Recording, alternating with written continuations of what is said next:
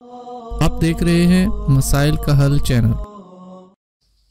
اللہ احکم الحاکمین کا بہت بڑا احسان ہے کہ جس خالق کائنات نے مجھے اور آپ کو نماز مغرب باجماعت ادا کرنے کی توفیق عطا فرمائی۔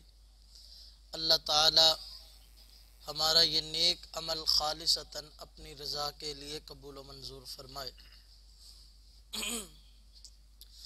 اللہ احکم الحاکمین نے قرآن مجید میں بہت ساری نعمتوں کا ذکر فرمایا ہے کہ میں نے انسان کو بے شمار نعمتیں عطا کی ہیں۔ تو جہاں پہ اللہ تعالیٰ نے نعمتوں کا ذکر کیا ہے وہاں پہ اللہ تعالیٰ نے زبان کا بھی ذکر کیا ہے کہ زبان ایک بہت اہم اور بڑی نعمت ہے۔ اس کو جب بھی چلایا جائے اللہ کے ذکر کے لیے چلایا جائے۔ اللہ احکم الحاکمین ہم سب کو اپنے ذکر کے لیے زبان کو استعمال کرنے کی توفیق عطا فرمائے۔ میں نے رسول اللہ صلی اللہ علیہ وآلہ وسلم کی ایک حدیث صبح بھی بیان کی، میرا دل چاہتا ہے کہ میں وہی حدیث دوبارہ آپ لوگوں کے سامنے رکھوں، کیونکہ اس وقت ماشاءاللہ اور چہرے موجود ہیں اور وہ ہمارے اس معاشرے میں بہت اہم ہے اور اس کی ضرورت بھی ہے۔ اللہ کے محبوب علیہ الصلاۃ والسلام نے فرمایا 3 قسم کے بندے ایسے ہیں جن کے اوپر اللہ کل قیامت کے دن اپنی رحمت کی نظر نہیں کریں گے، اللہ اپنی رحمت کی نظر سے نہیں دیکھیں گے۔ وہ 3 قسم کے بندے ایسے ہیں کل قیامت کے دن اللہ انہیں پاک نہیں کریں گے، اللہ ان سے کلام نہیں کریں گے، یعنی اتنا ان لوگوں پر اللہ کو غصہ ہوگا۔ وہ 3 بندے کون سے ہیں؟ رسول اللہ صلی اللہ علیہ وسلم نے فرمایا پہلا وہ بندہ جو جھوٹی قسم اٹھا کر اپنے مال کو سیل کرتا ہے، جھوٹی قسم اٹھا کے اپنے مال کو بیچتا رہتا ہے۔ اکثر آپ نے دیکھا ہوگا لوگ قسم اٹھاتے ہیں، اللہ کی قسم یہ بہت اچھا مال ہے، اللہ کی قسم اس سے پہلے یہ آیا نہیں تھا، یہ آیا تھا تو اتنا بک گیا ہے۔ یعنی وہ اپنے مال کو بیچنے کے لیے بار بار قسم اٹھاتے ہیں، اور ویسے بھی قسم غیر اللہ کے نام کی نہیں اٹھانی چاہیے۔ اکثر گھروں میں والدین، خاص طور پہ جو مائیں ہوتی ہیں لیڈیز، وہ قسم اٹھاتی ہیں، مجھے میرے بیٹے کے سر کی قسم، مجھے فلاں کے سر کی قسم، مجھے باپ کی قسم۔ تو اس طرح کی قسمیں مخلوق کو اٹھانا جائز نہیں۔ اللہ کی قسم آپ اٹھائیں، لیکن تب اٹھائیں جب آپ بالکل سچے ہوں اور آپ کا کوئی یقین نہ کر رہا ہو۔ تو پہلا وہ بندہ جس کی طرف اللہ نظر رحمت سے نہیں دیکھیں گے، جو جھوٹی قسم اٹھاتا ہے، یعنی قسم اٹھا کے اپنے مال کو سیل کرتا ہے۔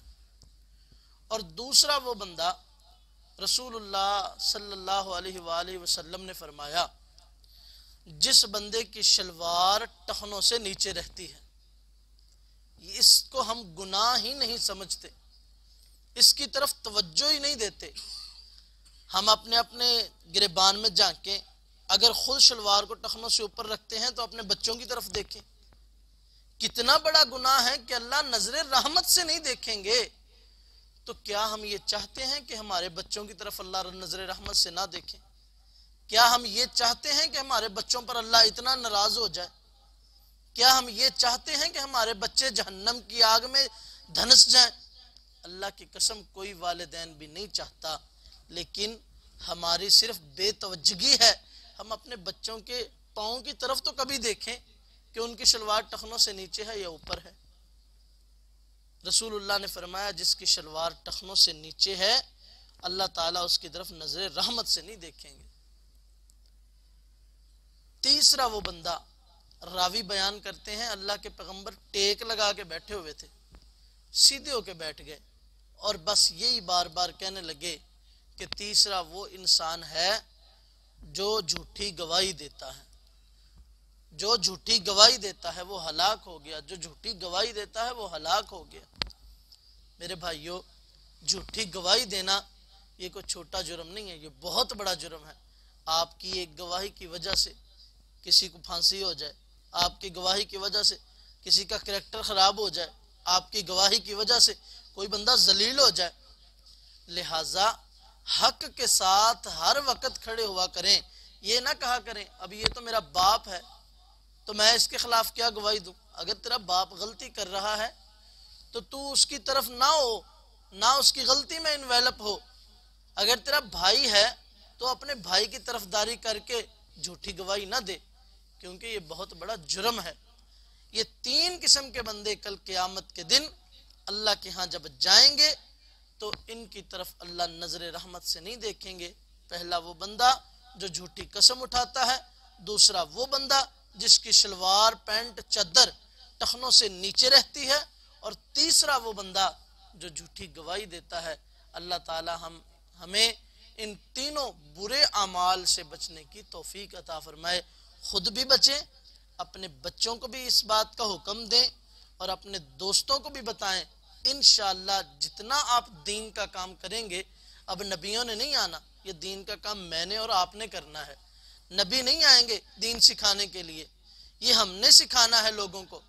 تو پہلے ہم خود عمل کریں پھر لوگوں تک پہنچائیں. انشاءاللہ اللہ دنیا میں بھی عزت دیں گے، اللہ آخرت میں بھی عزت عطا کریں گے. سبحانک اللہم و بحمدک، اشہد ان لا الہ الا انت، استغفرک و اتوب الیک.